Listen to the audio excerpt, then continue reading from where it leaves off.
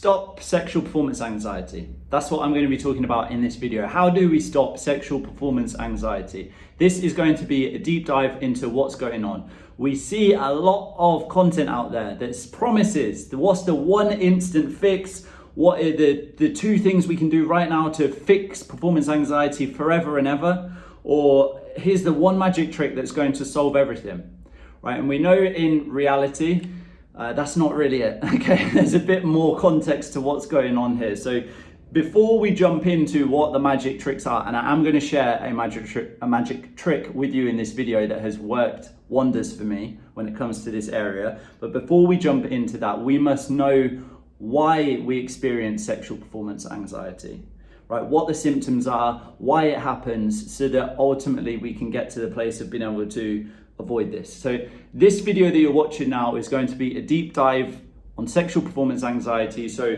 strap in, buckle up, get ready for this, because we're going to be exploring this and just going through the reality. You know, this is not about pretend instant quick fixes, just drink this juice, just take this pill, just go and use this pump. It's not about any of that shit.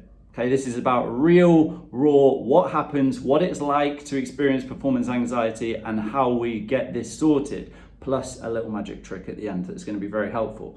Okay, so first up, if you find this video helpful, I'd love to know in the comments what you have tried so far to get this sorted. That may be pills, it may be supplements, but it may be other things too. So let me know what you've tried in the comments below.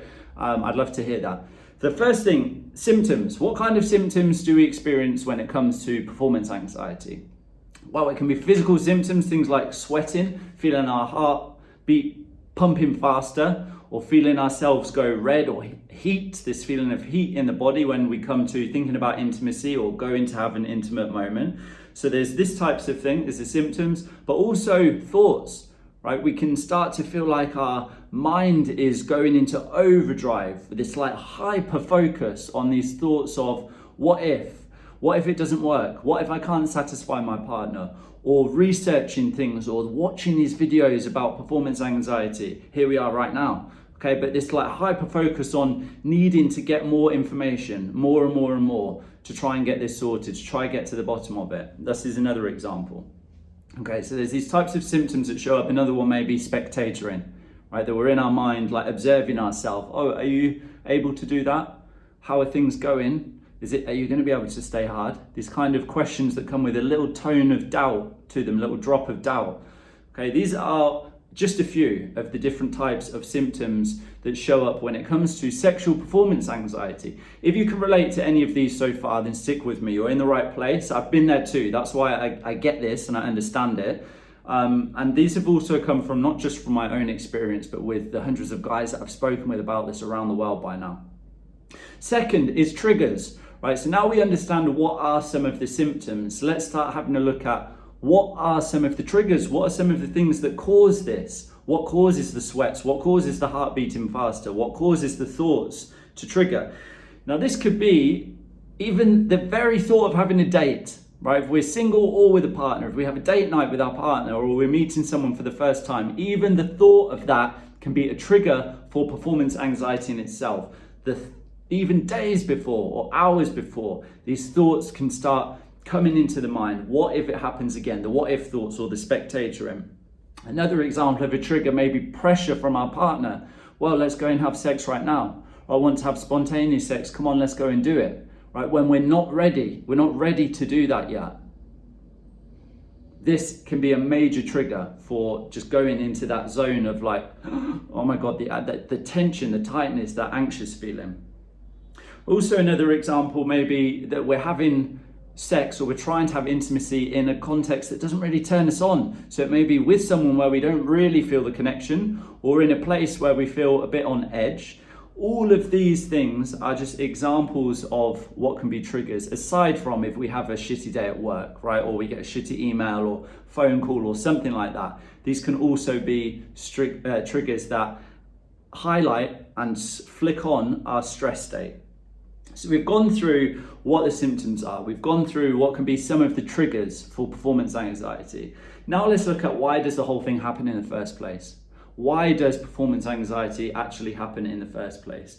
Now, from the men that I've spoken with and from my own experience, this usually boils down into 2 or 3 areas, right? I'm going to go through the 3 areas now. The first one is that we have had actual experience of where in the past, this may be at an early age, the first time that we went to have sex or somewhere along those lines, things genuinely didn't work. Or there's been this moment in the past where perhaps we were pressurized to do something, but there's been some form of shame when it came to sex, right? There's been actual evidence of it not working. So that's one example there. See if you can relate to that. And that's not for everybody, by the way, but for some of us it is. When you think back into the past, has there been an actual experience early on around sex, shame, it not working, or there being some kind of pressure around it? Second is,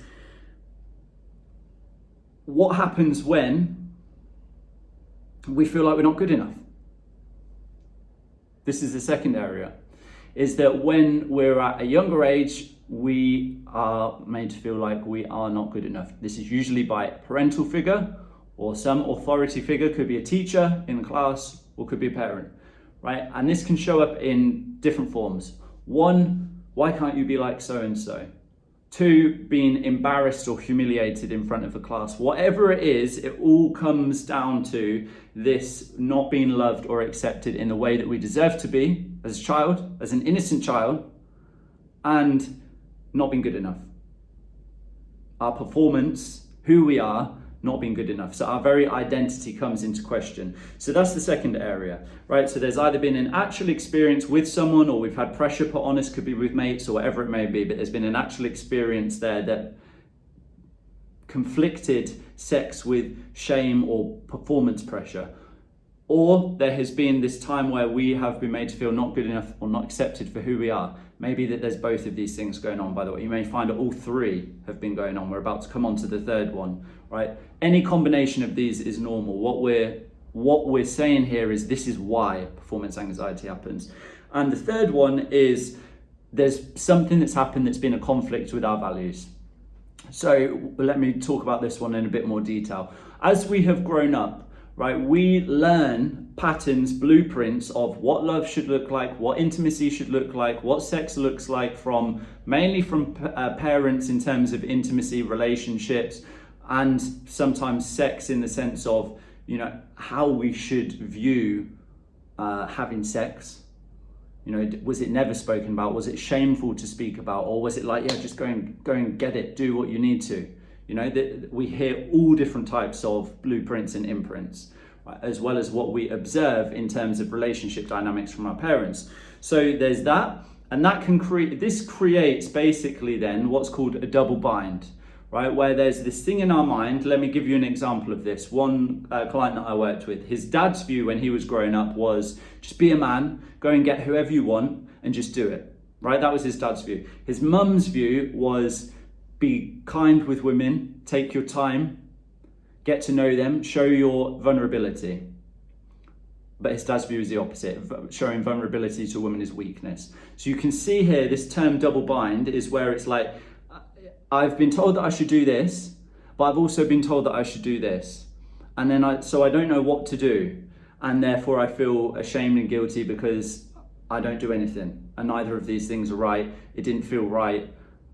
And so we've added stress and pressure to ourselves in that moment, which has then created performance anxiety, right? Because what's happening in that moment is we're basically crossing our values. We may not even be aware of these values. Some of our values are conscious, a hell of a lot of our values are subconscious. Our subconscious values are our blueprints, the things that have been put onto us, what we've observed from a young age. Okay, so just to recap on those 3, and this is about why does performance anxiety happen, is either that we have had some kind of actual experience where it hasn't gone to plan, or there's been pressure around sex, or it's been that we've not been accepted for who we are as an individual, not been loved for who we are, not loved how we deserve to be loved, usually at a young age. And the third one is that we're stuck in this double bind situation because there's a conflict of values. And usually this is the one that is hard to spot because we're unaware of what these blueprints are that have been passed on to us. So out of all of the conversations that I've had, it usually boils down into at least one, but usually two, sometimes even three of these areas of why performance anxiety happens. So now coming back to our original point, right? How to stop performance anxiety. So we can see that guided meditation, we can see that breathing, we can see that visualization or Kegel exercises, or watching the one magic trick, or watching the one video on the quick fix. This is all surface level stuff, right? Yes, definitely the breathing helps. Yes, Kegel exercises can help. Yes, visualization can help. But alone, we've just gone through the depth there of performance anxiety, and that's just in a few minutes. So these exercises alone, the breathing, the Kegel exercises, or watching the 2-minute magic trick video, these are not going to be the things that on their own get performance anxiety sorted. I'm not discounting them, right? A lot of them, unless it's recommended pills or supplements or things like this, a lot of them are valid. But it's not the thing that's going to get this sorted. And I believe that you're here because you want to get this sorted, you want to get to the bottom of what's going on, and you deserve to get to the bottom of this so that you can avoid embarrassment in the bedroom, so that you can stop performance anxiety. So where do we go from here? I said that I'm going to share with you a magic tip, and I'm about to do that right now. And this magic tip is not the stuff we've been saying about supplements, pills, pumps, etc. This is based on something that's genuinely worked well for me. What happens when we experience the things we've just gone through, the symptoms, when we try and push ourselves or force ourselves to go through with it or try and prove to ourselves? Over time, we lose trust with our body, right? We start looking at our body and wishing that it was different to what it actually is. And you can see how this reinforces the things that we've learned from a younger age, or the times where it didn't go to plan. It reinforces the shame, it reinforces the guilt. And it can even get to the point of every day where we wake up, look at our body and feel ashamed in the mirror. So if you're there, and I'm not just talking about weight here, by the way, I've spoken with guys around the world that are in incredible shape, but wake up every day and they feel ashamed about downstairs and their mind and what's going on and wishing for something different. We have the body that we've been given. So here is the trick, the tip that I do every day. And again, I'm going to be honest and upfront and say this on its own is not the one thing that's going to solve performance anxiety. But I'm also going to invite you to something that I believe will really make a significant difference in a moment. But this instant tip is something that I call the daily MC. The daily MC, this stands for daily mirror check. Daily mirror check. I literally have a post-it note on the mirror in my bedroom that says daily MC to remind me to do this. And every day before I get into bed, I look in the mirror at my body and I literally thank my body. All the parts that I feel vulnerabilities about, all the parts that I feel unsure or that I've had lack of confidence around in the past, and including mind, I thank it, right? So I literally look at myself and I say, thank you for the mind that I have. Thank you for the chest that I have. Thank you for the legs that I have, and private parts as well, right? And especially private parts when we're experiencing performance anxiety. Taking time to actually, that's interesting. I didn't notice that part before. Thank you for that. Thank you for giving me this, right? These are, as strange as that sounds, because when I first read it, I was like, what the hell? I'm not going to do that. As strange as that sounds, it starts to repair back over time. When we do this, take 5 minutes to do this a day, it starts to repair back the trust that we lose when we tell ourselves, I can never get hard during sex. I wish that I wish that I didn't have this going on. I wish that I had something different. We're wishing that we had a different body. So imagine how our body's feeling about that, okay? We wouldn't say that. Imagine saying that to a child, and this is actually how I want you to think about it. Imagine saying that to a child. Oh, I wish you were different. I wish you didn't do that thing. Criticize, shame, guilt. We wouldn't do it. We wouldn't do it. So why do it to ourselves? This is one tip that genuinely has helped me. Do it for some time. Just try it out this week. There's not going to be an instant result. Of course, you're not going to say, oh, all of a sudden performance anxiety is fixed. No, but this is something that I would put at the top, in the top list, top 5-10 tools that have helped me to build back trust with my body. Okay, this last thing now that I'm going to invite you to that is serious about wanting to get this sorted. This is a free online meet called Annihilate Anxiety. I'm going to share with you, I just spoke about that list of tools. I'm going to share with you the tool that I would put at the very top of that list for free. Crazy, but it's important to get this sorted, right? So out of the years of reading, out of the tens of thousands that I've spent working with some of the top mindset coaches around the world and working with hundreds of guys of figuring out what works and what didn't work in my own life too, this is the tool that I would put right at the top. I invite you to join me on this 20-minute online free meet called Annihilate Anxiety, and I will show you the number one tool that has helped me to annihilate anxiety. It's the same tool that I use with hundreds of guys. So if that sounds good to you, if you'd like to join, then head below into the comments. You'll see a link to the Annihilate Anxiety webinar. Right, when you click on that link, it will take you straight to the page where you can pick a date and time that is good for you. I only have 10 spots around it this week. So click on the date and time that's good for you, and I will then send you a Zoom link to be able to join in the calendar invite. I'll send that directly to your email address. So head below into the comment section, click on that link, Annihilate Anxiety. That will take you straight to the page where you can book the date and time that's good for you. This is a free online 20-minute meet. And we're doing this so that we can avoid performance anxiety, so that we can avoid embarrassment in the bedroom, so that we can avoid getting to 5 years of not having intimate moments or more than that. It doesn't need to be that way. Head below, I'll see you on the Annihilate Anxiety webinar.